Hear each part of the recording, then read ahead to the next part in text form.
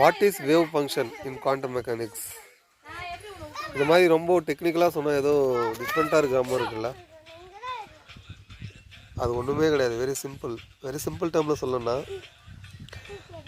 ஒரு அணு இருக்குது, அதுக்குள்ளே ஒரு நியூக்ளியஸ் அணு கரு இருக்குது, அதை சுற்றி எலக்ட்ரான் வருது. நம்மளுக்கு தெரிஞ்சது எலக்ட்ரான் வந்து பிளானட் மாதிரி ஆர்பிட் ஆகுது, எனர்ஜி லெவலில் சர்க்குலர் பாத்தில் ஆர்பிட் ஆகுதுன்னு சொல்லிட்டு இருந்தோம்.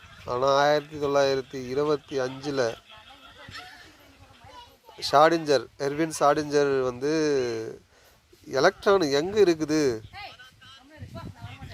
ஒரு நியூக்ளியஸை சுற்றி எலக்ட்ரான் எங்கே இருக்குதுன்னு கண்டுபிடிக்கணும், எப்படி கண்டுபிடிக்கிறது அப்படின்றத சொன்னாங்க.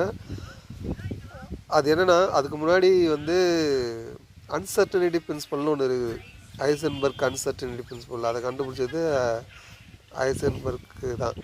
அன்சர்டனிட்டி பிரின்சிபல்னு என்னென்னா, ஃபர்ஸ்ட் ஆஃப் ஆல் வந்து ஒரு நியூக்ளியஸை சுற்றி எலக்ட்ரான் எங்கே இருக்குதுன்னு கண்டுபிடிக்கிறது ஒரு பெரிய சேலஞ்சு. அதே மாதிரி இப்போது ஒரு பொருள் ஒரு இடத்துலேருந்து இன்னொரு இடத்துக்கு போகுதுன்னா, நம்ம வந்து அது போன பாதையை ட்ரேஸ் அவுட் பண்ணலாம்.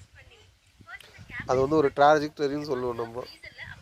பட்டு இந்த அன்சர்டனிட்டி பிரின்சிபல் என்ன சொல்லுதுன்னா, ஒரு எலக்ட்ரானோட மொமெண்டம் நீங்கள் எக்ஸாக்டாக கால்குலேட் பண்ணிங்கன்னா அதனுடைய பொசிஷனை உங்களால் கால்குலேட் பண்ண முடியாது. தட் மீன்ஸ் அது எவ்வளோ வேகத்தில் மூவ் ஆகுதுன்னு நீங்கள் கால்குலேட் பண்ணிங்கன்னா வச்சுக்கோங்க, உங்களால் அது எந்த இடத்துல இருக்குதுன்ற பொசிஷனை வந்து உங்களால் கால்குலேட் பண்ண முடியாது.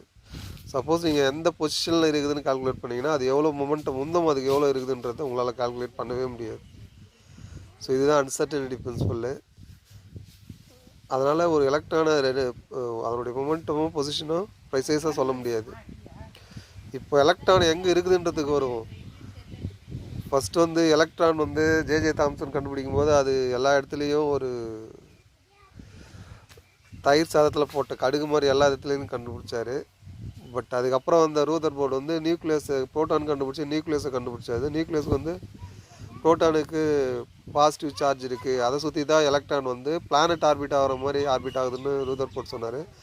அதுக்கப்புறம் வந்து நீல்ஸ் போர் வந்து அது வந்து பிளானட் மாதிரி ஆர்பிட் பண்ணலை, நியூக்ளியஸை சுற்றி எனர்ஜி லெவலாக இருக்குது. லோ லெவல் எனர்ஜி வந்து நியூக்ளியஸுக்கு க்ளோஸ்லேயும், ஹை லெவல் எனர்ஜி வந்துட்டு அவுட்டர் ரிங்காகவும் சுற்றுது அப்படின்ற மாதிரி எனர்ஜி லெவலாக சொன்னார். பட் ஷாடிஞ்சர் வந்து எலக்ட்ரான் வந்து அந்த மாதிரி எனர்ஜி லெவலாகவும் இல்லை, அது எங்கே வேணாலும் இருக்கும், ஒரு நியூக்ளியஸை சுற்றி ஒரு எலக்ட்ரான் க்ளவுடாக தான் இருக்குன்னு சொன்னார். அந்த எலக்ட்ரான் க்ளவுடில் எப்படி எலக்ட்ரானை கண்டுபிடிக்குதுன்றதுக்கு தான் வேவ் ஃபங்க்ஷன். அதுக்கு என்னதுன்னா, எலக்ட்ரான் வந்து ஒரு சூப்பர் பொசிஷன்லேயே இருக்கும். என்னென்னா மல்டிபிள் ஸ்டேட் சைமல்டேனியஸ்லி, ஒரே நேரத்தில் எல்லா ஸ்டேட்லேயும் இருக்கும், எங்கே வேணாலும் இருக்கும். அது வந்து ஒரு எலக்ட்ரான் வந்து ஒரு சூப்பர் பொசிஷன்லேயே இருக்கும். இந்த வேவ் ஃபங்க்ஷன் என்ன பண்ணணும்னா, இந்த வேவ் ஃபங்க்ஷனை நீங்கள் யூஸ் பண்ணிங்கன்னா மோஸ்ட் ப்ராபப்ளி எங்கே இருக்குன்றத நீங்கள் கண்டுபிடிச்சிடலாம் அந்த ஈக்குவேஷன் யூஸ் பண்ணால். ஸோ அது என்னென்னா, ஒரு எலக்ட்ரானை நீங்கள் அப்சர்வ் பண்ணுறீங்க, எங்கே இருக்குதுன்னு வந்து அப்சர்வ் பண்ணிங்கனாவே இந்த வேவ் ஃபங்க்ஷன் வந்து கொலாப்ஸ் ஆகிடும். வேவ் ஃபங்க்ஷன் கொலாப்ஸ் ஆகிட்டு ஆக்சுவல் பொசிஷன் வந்து எலக்ட்ரானோட பொசிஷன் வந்து நமக்கு தெரியும். ஸோ இந்த வேவ் ஃபங்க்ஷன் கொலாப்ஸ் ஆகிறதுக்கு முன்னாடி வரைக்கும் அது எலக்ட்ரான் ப்ராபப்ளி எங்கே இருக்குன்னு சொல்கிறது தான் அந்த வேவ் ஃபங்க்ஷன். ஓகேங்களா? ஸோ எலக்ட்ரான் ஆப்வியஸாக எங்கே இருக்குன்னு தேடுறதே ஒரு பெரிய வேலை, ஒரு பெரிய சேலஞ்சு, அதுக்கான ஒரு ஸ்டடி வந்து ரொம்ப பெரிய ஒரு டிஸ்கவரி. ஓகே. பட் எலக்ட்ரானோட ரொம்ப வியர்டான திங் என்னென்னா, அதுக்கு ஒரு மாஸ் இருக்குது, பட் அதுக்கு ஒரு சைஸே கிடையாது.